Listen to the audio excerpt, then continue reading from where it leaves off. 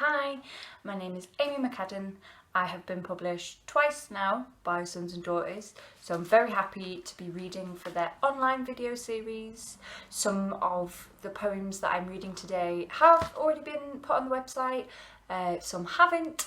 They're all from the same collection, which is very much still a work in progress.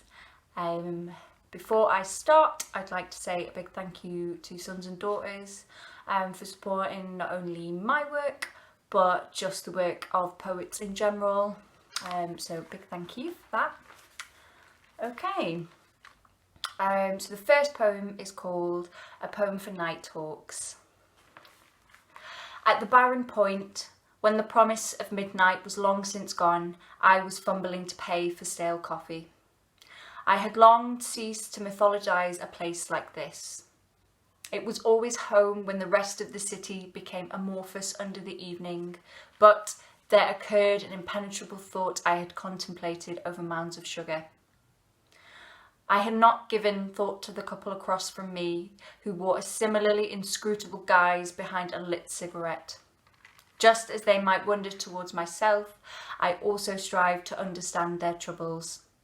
Their expressions were blank, and I wondered if they were real. Even so, there was familiarity in their presence, and though we arrived separately, I regarded us as being one. Yet our minds were elsewhere, shifting and sorting matters with nothing to speak of except speaking itself.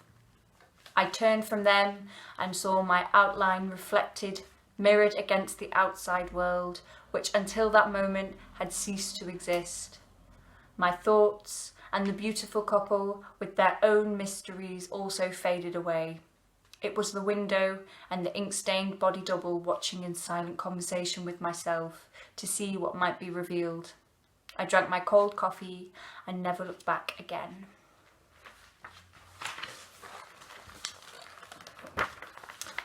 This next one is called The Butterfly Box. Before this, there are only fleeting recollections of the dogwood, addressing me with pink and white flowers. This is how it called to us, and so became the one we visited most. Each branch unfurled itself to us, and tightly held secrets were given through its fruits. We drank greedily, held in a soft sway until nothing remained.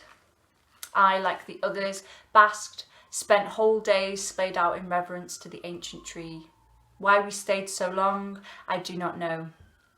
But there was peace, having been left to it by all other things. This did not last, can't ever last, can it? A few leaves at first. The blossoms, which we had come to rely on, providing us all we needed, were now strewn across the earth, signalling a journey into the season beyond ours. In this body, we lived long enough to die with the summer, but there was intervention and we found ourselves caught in endless netting. In this sunless box, my wings are pulled and pinned into permanent splay, just as I was upon the dogwood.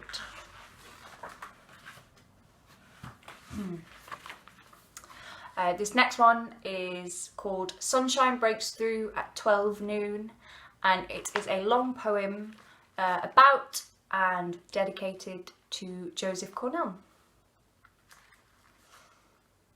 In between Utopia's suburban homes, he considers the nature of all things, things as they are and things as they have been, things as they might be, and standing, a scorch mark against the backdrop of all worldly things considered, forges them into something new, places the universe inside a box, and vanishes often. Coffee and oranges at this time of the morning as the day feels it has not yet begun, although some of us have been up for a long time already, and peace can only be created in the silence before others. There, in the solitude of the day before others claim it, can time to work be found, a rare chance for such a life. No overbearing mother, no disabled brother, it is yours and the boxes alone. The city sprawls. Each step taken makes this place bigger, so the less taken the better, you say, and there's no such feeling as homesickness if you never leave and stick to the usual 3 blocks. It's the same sidewalks and store windows trapped in time, but there is magic in familiarity, revealing details missed by others, and then even the mundane teems with possibilities. The boxes never state, only suggest how another might understand the world around him. To see as Cornell does requires more than most, even momentarily. Have you ever worn the skin of an aged New Yorker? His is different. It is not a 9-to-5 job or dinner dates or salad to be found in any one of his boxes, but it is a delight all the same to see the day-to-day being repurposed. String becomes a dress, a mirror is everything. I thought, everything can be used in a lifetime, can't it? A kind of answer to the malignant side of the afternoon. Despite elusive dream deemed desirable for enlightenment, bestowals of heavenly grace, silence except for a salient incident, with some calm trying to put down the ineffable, and no sooner done than it becomes a destroy unread. Some muse-like gift, penning some remarkable resolution in sleep. Is masochism necessary for any real creativity? Medici slot machine.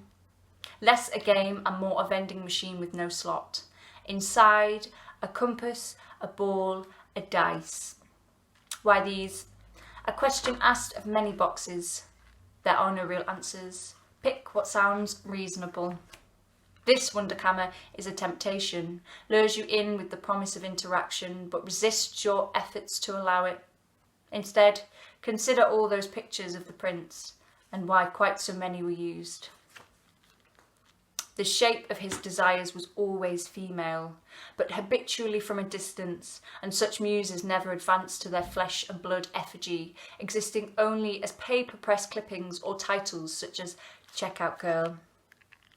It was movie starlets for a while, easier to fantasise when they've already been reduced to pure image and titillate through being unattainable. Once placed inside his box, he was safe from the possibility of touch. Cornell imagined the kinds of hotel lobbies sitting in glamorous European cities, with no intention of visiting, never a question of could you, and really there was no such need. Reality is disappointment. He conjured up a solitary traveller's idyll, with exposed brick walls and animals found in far-flung countries. The anticipation of such a place jellified Cornell's hands as he placed the lobby's parrot just so. His sister, full of anecdotes, described her younger brother's inability to sleep after a college astronomy class. Confronted by the vast emptiness of the universe, watching just outside his window, dark and unearthly. Eventually, the absolute blackness surrounding the stars became a wealth of inspiration, long before space travel was possible, and the thought of travelling amongst those stars containing such luminosity galvanised Cornell. As with most things, it starts with a volcano and ends with a shriek. Cornell has made a film. In it, Miss Rose Hobart courts attention at every turn, but today it is without her even trying, since she is being seen through many lenses, a film of a film. Innumerable levels of distance between us and her.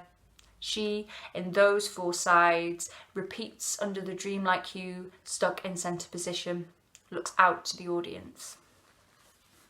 The rule when meeting such a man is to bring a cake. His whimsy leads where others follow, and many follow. A side not often dwelled on, a pure love of dessert. In between fanatic work on minutiae is raspberry almond paste strips or toasted coconut-covered marshmallows, any jam-lined donuts. Any beautiful thing, in whatever format it arrives, is to be seen, enjoyed, and devoured.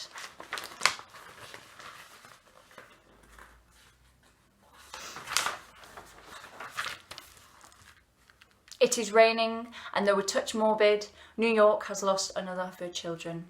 How to summarise a lifetime spent looking inside oneself, only to find the windows facing outwards.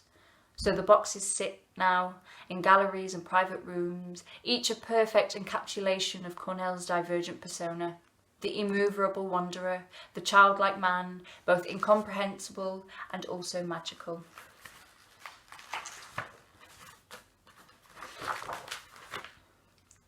Cool, so this next one is called Conversation with the Sun, and it's another poem for a person. This time it is for Frank O'Hara. I am tired and without any motivation to move, I said to myself as I was hauled out of bed by the sun. There it was, pulling away as ever with munificent warmth, the strong round thing staring as it always does in punishing silence, although I tried for conversation many times. But up I get, and here I am, making my hesitant deal with words. I hear a trill in the air, and this reminds me to thank the little white ball that spies on you in the morning, without which I'd have no reason to wake at all.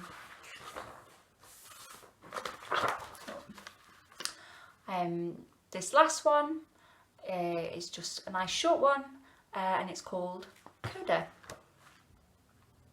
Take this little book of poems and bury them so deeply that no one will find it, and hope that sentiments might grow next to pea shoots, to be found, not quite fully formed, but thriving regardless, for you to enjoy.